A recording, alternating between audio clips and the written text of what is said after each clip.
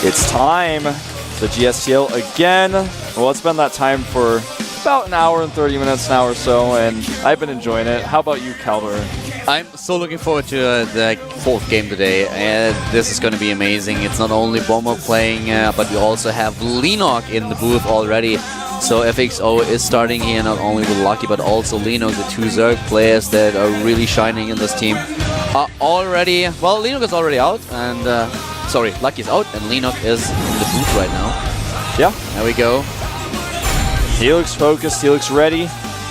Lenok with a ton of experience. You know, I would say Lenok has probably played more in the booth than almost anyone else on the Team FX Open, if not the most. They showed it earlier that he played in the GSTL 11 times already, which is really an impressive record. By the way, the map was changed. He is actually going to be playing on Atlantis Spaceship, not Whirlwind. So, I'm not sure. Screws up my whole... your paper, man. My team sheet. Well, we'll just see. Whirlwind may come up later. Don't fret.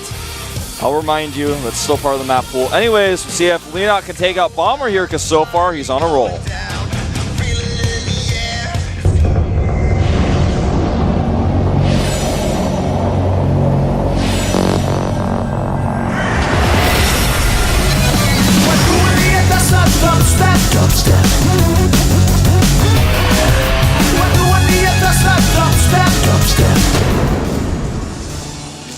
Game on at the GSTL, StarTale versus FXO. The StarTale team is in the lead with 2-1. And to the left side of the map, we have the StarTale player in the red. It's Pennant. StarTale! Bomber!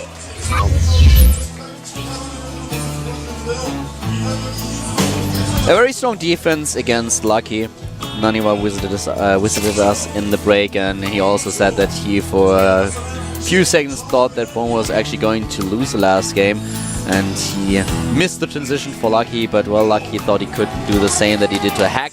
In the end, he wasn't able to do it, so here we have the second Zerg player to the top right in the blue. We have... FXO! Lino! The Lean Octopus. There he is. For a second there, it looked like he was giving a thumbs up to the camera. I don't know if you caught that, but that's how I saw it, man. I love the guy. He is amazing. He is so funny. I will never forget casting with him and his comments about Marines, and it's priceless. Yeah, that was pretty fun. This guy is just, I mean, he's, just by looking at him, you would expect a certain personality, I would say, and well, you won't be disappointed. Now, this is actually really annoying because he wants to go Command Center first. He's been denied quite significantly. He will get it now, but he's going to have to pull another SCV. And now we might maybe even see the double hatch before gas. That is something that Lino, before pool. Right. That's something that Lino could pull off here. This is a huge, huge map. Atlantis Spaceship, one of the biggest maps in the map pool, and of course we have Zergs with a little bit of an advantage here. This is why Lino chose the map. With all the space between the two bases, it's very hard to pull off, let's say, surprise attacks. That's one of the things that we discovered recently, where we had a few Terran players trying to go for one base play, and there it is. The hatch number 3, double expansion before the pool actually starts. Oh, he almost got that SCV, and he's got to pull another one here. He's making this drone really worth its while. Oh! Oh, he gets it! Wow. Got away. That is one brave drone. Oh, that drone. That's definitely worth it, though.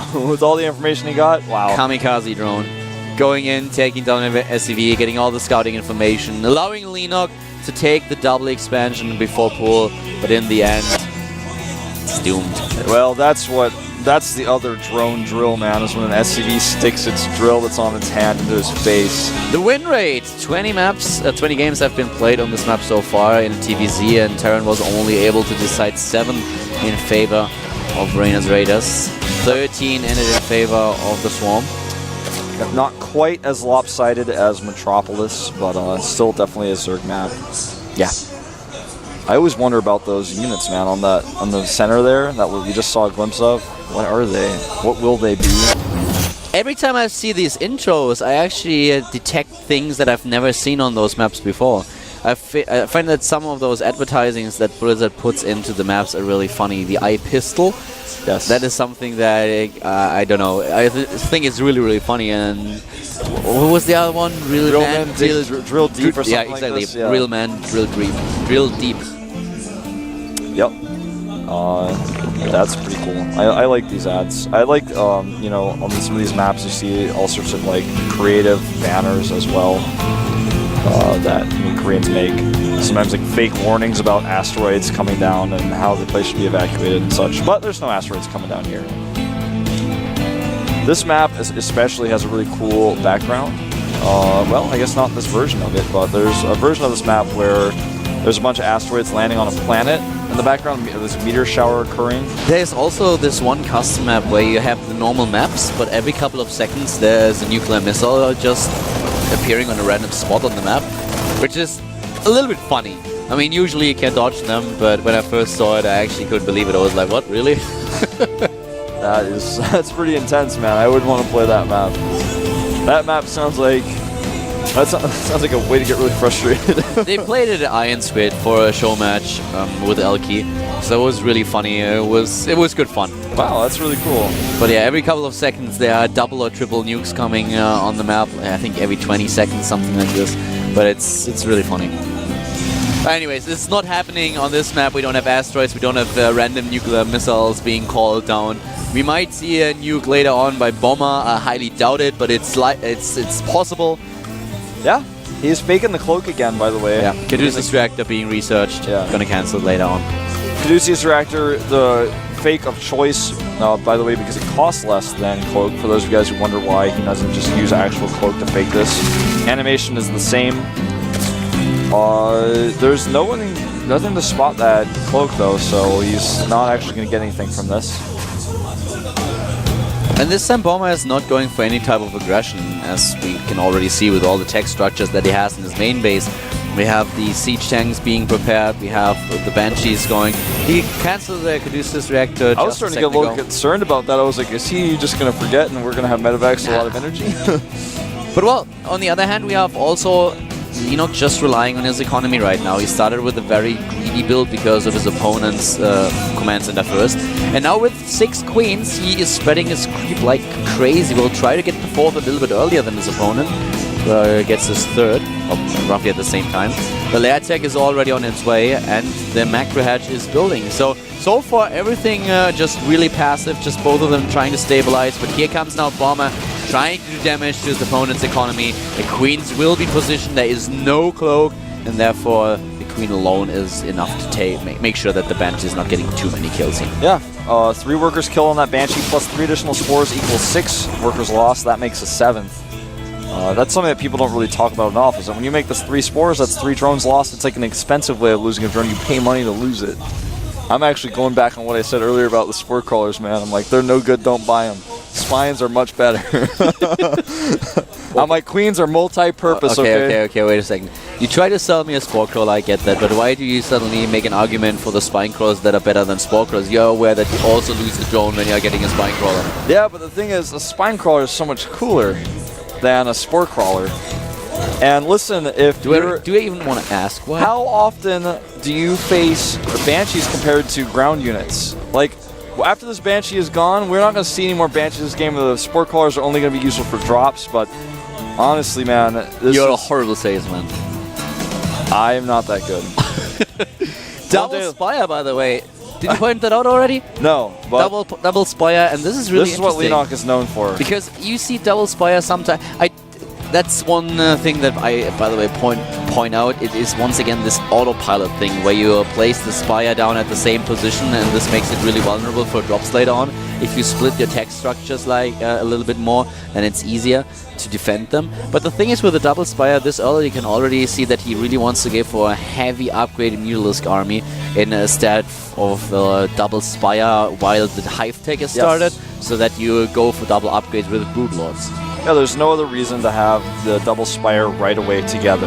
You're so right on that. If he was going to do the Broodlord normal thing, then he would have made them later on when it makes sense.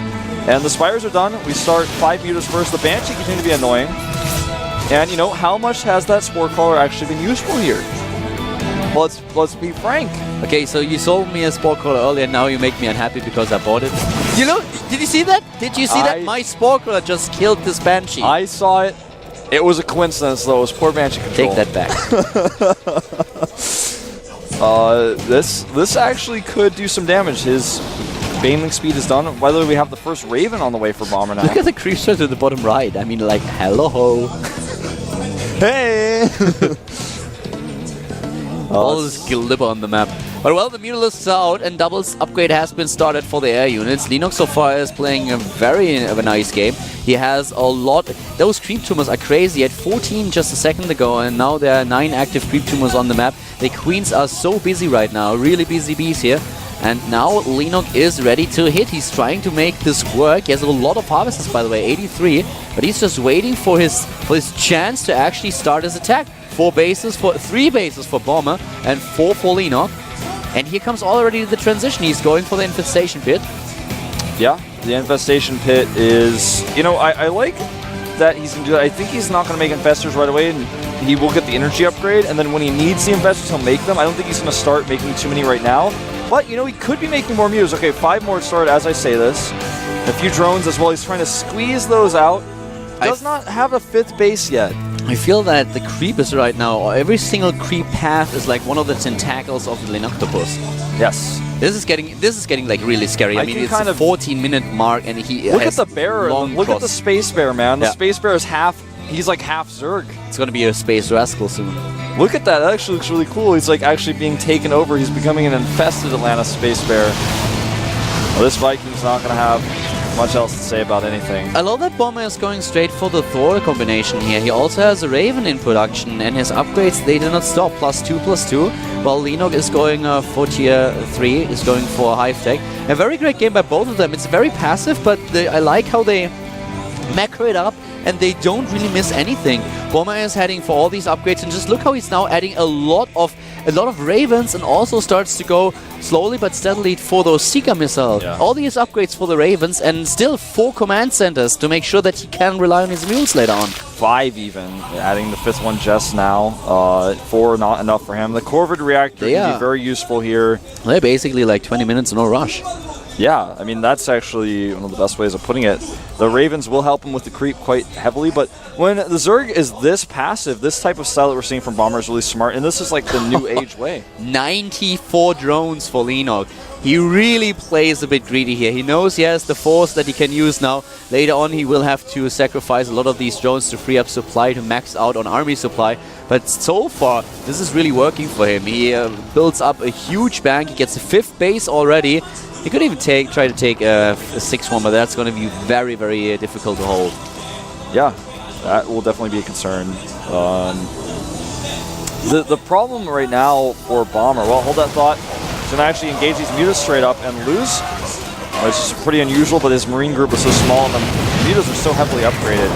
The problem for Bomber is that a lot of his supply is in these Marines, and if he wants to make the switch to air as this dominant composition, he's going to have to lose some. And that's exactly what he's doing right now. He's replacing them all with Marines. He's not really heavily switching yet. Yeah, so far he still has 76 SCVs, but now he's bound to have to move out. How many command centers does he actually have? This is getting crazy. I mean, this is way too many. You can't have enough orbital commands if you're a Terran player, but still, he's building really a lot. I think he will end up having 9 of them. Let's see. There's another one that makes 8, 9. I think there are even more, aren't there? No, I think 9. I got them all. There's only 9. Oh! Yeah, those sneaky commanders on the corner. He's got 10 command centers. There will be 10 orbitals. 11. That's a lot of mules. But look how the Mutalisks are able to get in here. They try to snipe one of them, and they will succeed most likely. I don't think that the Thor will be there in time. The Marines are trying to stim in. He's trying to buy some time with these repairs, but Bomber honestly can care less if that command center dies. Yeah, he has so many of them right now. Secret Missile's not done yet, so he can't use that against the Mutas. He forces a cancel on one of the command centers. He forces stim here. But he saw the Raven. Linux saw the Raven, and now he's probably like, oh my god, why? Why me? Playing against Draven, against Zerg, he could trap these meters actually, I think. There's no, if he gets his Marines at the top left here, he may... But Seeker missiles are not ready. The Ravens alone won't help him. I think he wants to try to trap him until the missile is ready, and then he's going to use it. Oh, that would be horrible for Lino. That would be really bad. I think he's out of luck. There's no way for the Muse to escape. As a Zerg player, it's really frustrating when you face this many Ravens later on in the game, because Seeker missiles are a great, great spell. And here they come. He's about to use them. It's almost ready. He knows I'm really excited. There they are. Here we go. Here we go. Oh, it's just disgusting. He can be lucky. He's actually lucky that he has so many upgrades already for his Mutalisks. He just immediately replaces the command center. Immediately. He's not only getting one, he's getting so many. I mean, this is Bomber at his best. Just look at how many command centers he already has. On the other hand, it's Linux with his creep spread. Both of them are doing a great job here. They are just sniffing at each other and trying to judge how weak their opponent actually is. What is really scary, though, he is... needs more medevacs. Exactly. He's only got 2. I was about to say, Bomber has... If you could see his Marines right now, all of them are down to the red because he used Stim so much. And he doesn't have the medevacs to build them. The Marines are really in trouble here. Another snipe. The command center dies, actually. Well done here. Yeah, he left the Mutas escape. The Ravens are chasing. Oh, wow. That Boom. Raven pretended to be a Mutalist. Tick, tick, boom, and down go a few of those Mutalisks. But look at this mini-map. This is madness. I don't even want to know how many creep tumors he currently has. Well, I want to know, but I'm not going to find out. This Banshee gets shut down. That Banshee didn't require a Spore Crawler to take him out. Or her. Actually, in this case, her for sure. Guys, I hope you have your popcorn ready. This game is going to last a while. This is going to be damn good. Look at these upgrades. +3/+3 for the air units being researched. Lenok trying to be aggressive here. Once again, moving back, sacrificing 2 of his Mutalisks. He's moving in again, trying to bait them out, but running into the Marines and the Thor. And the point defense drone. Not the best idea here. Oh, the Brood Lords are ready, though. They are trying to attack, to put a bit of pressure onto the 5th. But all these command center, the mule count is getting crazy. He has 10 mules, and this is not even a lot for regarding the amount of command centers and orbitals that he currently has. Siege tanks sieging up. The Ravens trying to get into position. We will see more Seeker missiles. And now even the Viking production. The Marines are so low on hit points right now. He's got to be very careful how he uses them. All of them are in the red. One oh, fungal. The Ravens get fungled! Oh, wow. He cannot move! Uh-oh, He needs another one. There it is. And the Ravens, they all die. Great job by Lenok. Really well done. But look at Lenok's money. 10,000. 10,000 indeed. But Bomber not able to mine his gas here at the center. He is in a little bit of trouble because he lost all his Ravens and his Marines are still fairly low on hit points. They're starting to catch up a little bit, but Lenok has 85 lava. And it's growing. Oh, wow. Vikings going down here. This is not good news. No, not at all. Finally, the Viking count is a little bit higher, and now the Vikings can make it work against the Mutalisks, a rare sight. But now the Corruptor count is going to increase exponentially as Lenok reaches +3/+3 for his air units and is committing heavily to his air army. Going in at the 3rd and taking it apart, killing a few of the SCVs as well. StarTale Bomber, though, he's moving out now. He is done. He's done with waiting. He's like, okay, I'm going to attack right now. Lenok taking the chance to run in with more units, with Lings and Ultralisks to take down his opponent's bases and defenses. But will he be able to stop Bomber's army? That's the bigger question here. A beautiful fungal, 2 great fungals, but not going to be enough to take down all of the Marines. But you could just get a quick glimpse of how low they are on hit points. Yeah, and the Marines, now they're so low on hit points, cannot kill the Broodlords. The Broodlords may clean everything up. The Vikings now coming in from the side, however. And this is going to be a tough situation for Lenok. He's losing every single Broodlord there is. He's immediately trying to rebuild his army. He certainly has the resource to do so with 10,000 minerals and 3,000 gas. He is way ahead of Bomber in economy. Bomber trying to take down as many bases as possible, but so far he wasn't even able to kill a single one. He's got to be careful with these infestors as well. They're trying to escape in the middle of the map because that is one of the core things that's going to help him hold this push.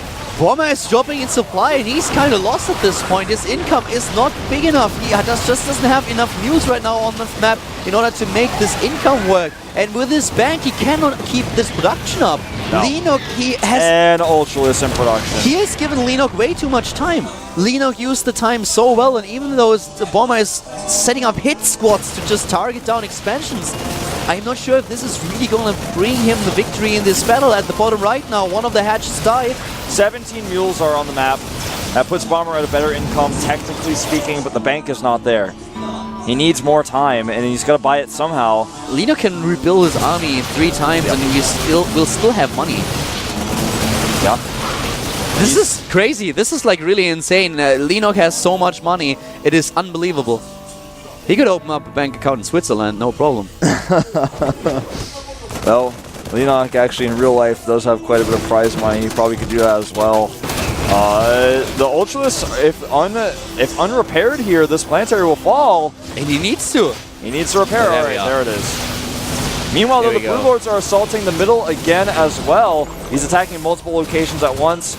More Ultralisks coming in, and he's replacing them as they die. He's got so much money. Leenock is in a great position, but he has to be really careful that he doesn't trade too cost inefficiently all the time. But he clears the planetary, and I asked myself, why did his opponent not research the upgrade for the armor upgrade for the buildings? Where did he get it? That's a little bit surprising. He had the money earlier, he definitely had the resources, and that would help him so much. He even set up a couple of planetary fortresses as defensive structures, so that would help him so much here. And Leenock is still spreading creep. Yeah, he's not stopping with that. And the planetary is being replaced with an orbital right now. That base almost out of money. The bigger concern is that Bomber still has an army, and he is going to use it. Secret Missile goes off here. It's not very effective against these Ultralisks. But those Marines and Marauders certainly are. The problem are the Broodlords. And he does nothing against the Broodlords. There are just no Vikings for him in this army composition. Actually, he has only 4 on the field as we speak. But he still has a couple of Marines and Marauders. There comes another Infestor with a Fungal. But I think a little bit too late. The Broodlords are dead, and so are the Ultralisks. But Leenock can reinforce again. Yeah, look at how low the hit points are of these units. He's got to fall back to the bunkers. He has no medevacs nearby. In fact, only 1 medevac on the map. Because +3 for his Vikings and his 1 Banshee. But slowly and steadily, Leenock is dropping his bank. He doesn't have the 10,000 anymore. He's down to 2,000 and has only 300 gas. At the bottom right, we have another drop, and this hatch is going to die if Leenock doesn't send a few units over there like ASAP to take down the Marines, and I don't think it's going to happen in time. No. So Leenock has to be careful here as well. If actually Bomber is defending here and trying and able to kill the army of Leenock over and over again, Leenock will be in a very tough spot. Resources lost, 36,000 for Leenock and 32,000 for Bomber. Yeah, right now, Leenock lost a lot of his harvesters as well as that hatchery at the bottom. He still has 60 to Bomber's 19, I believe it is right now. Bomber's supply is low, but he has a strong army. The problem, though, is the Broodlords right now. As you said, he only has a few of them, but he still does not have a very good count of Vikings. Good hits with the Seeker missiles, though. Will it be enough? It doesn't look like it. The armor upgrades are just brilliant for Leenock, and here he comes in once again with the army. The Fungals are great. He takes down the Raven. Another Seeker missile hits home, and the Marines, they retreat. Leenock once again on 200 supply against Bomber, who's constantly dropping his army supply, and overall supply is now at 68. Army supply at 51. Definitely a tough spot here for Bomber, who slowly and steadily is just losing ground. He's struggling. Yep, the Zerglings are dancing for Leenock, and Bomber desperately floating his command system around, trying to find a place to hide out and drop his mules. He's not dropping them. He's going for a proxy hatch. Oh, wow. Well, he's not going to drop mules on Leenock, man. That's certainly not where he's dropping the mules right now. This is lights out for Bomber. GG. Well played. You know, it was a very long, drawn-out game, but it was a game that Leenock eventually won with his bank and his control, the way he engaged. It wasn't always cost-efficient, but it didn't really matter, to be frank. But this just shows a little bit that against a good Zerg player, you don't really want to give him too much time to build up his economy and his tech. Yes. That's why I liked Bomber's attack earlier when he started to play against Lucky, that he sent out those few Marines. But on this map, it's really hard to pull it off because the map is just so big. So definitely something that Bomber might regret here. But as I said, it's hard on this map. The distances between the two bases are so enormous that it's really a problem to be aggressive. So big problem here for Bomber, and he just tried to make this late game, this macro game work, and Lenok, I mean, if you have 10,000 on your bank, then... He said no, man. Yeah. And one of the big problems was the lack of Medivacs. That really showed through with a lot of fungals that we saw, and he didn't have that much stim. Yeah. They baited so many stims. Stim after stim after stim, and without the Medivacs that you just mentioned, it was just so hard for him to He never finished off the mutas either. Why? That was something that I thought was really strange. He trapped the mutas. He was so tactical about that. Then he sent one Seeker Missile and didn't kill everything. Then he didn't finish them off. Anyway, let's find out who is next up. And it is, in fact, going to be Curious. ZVZ. And this time the map choice is Whirlwind for real. Yes, this time we have Whirlwind. Lenok is tense. Yeah, he does look a little bit tense. He knows that it's very important for him to get several wins here for his team. Yeah, you're so right. If Lenok is only able to get one win and now being defeated by Curious, then slowly and steadily FXO is going to run out of options. Of course, they have with Gumiho a strong Terran player on the bench, and they have a lot of players that I would actually call like the second tier of their players, because they didn't, so far we're not able to make this big splash yet. Yes. But relying on them solely in order to make this work is something that against StarTale will probably not happen. We've seen crazy things in the past, but from the feeling that probably everyone gets right now, Lenok has to make sure that he gets a couple of points for his team onto the scoreboard. Curious is a player who he always does really well in Code A, but then struggles in Code S. He is a great individual league player, but in the team league he has shown great play. And I always call him the Stone Cold Killer. That's my personal nickname for him. This is the most emotion I've ever seen out of him. The smile he has on his face. He looks a little bit scary with it, in fact, right now. Lenok in his booth is ready for the ZVZ. The map, as Wolf pointed out, is going to be Whirlwind. This is the 5th game between StarTale and FXO. The series is tied, ladies and gentlemen. Lenok getting warmed up. I mean, he's already warmed up, but he looks like he's doing something there in that booth, getting himself ready. This is really scary, man. I've never seen Curious like this before. It actually freaks me out. Look at the way he holds his hands together like an evil mastermind after he smiles. It's freaking me out a little bit. He's actually quite scary. I'm going to back away from the screen right now. I don't think he's scary at all. I think he's so scary, man. Look at him. Okay, now I see it. All right, Curious against Lenok. ZVZ on Whirlwind. This is the GSTL with Caldor and Wolf.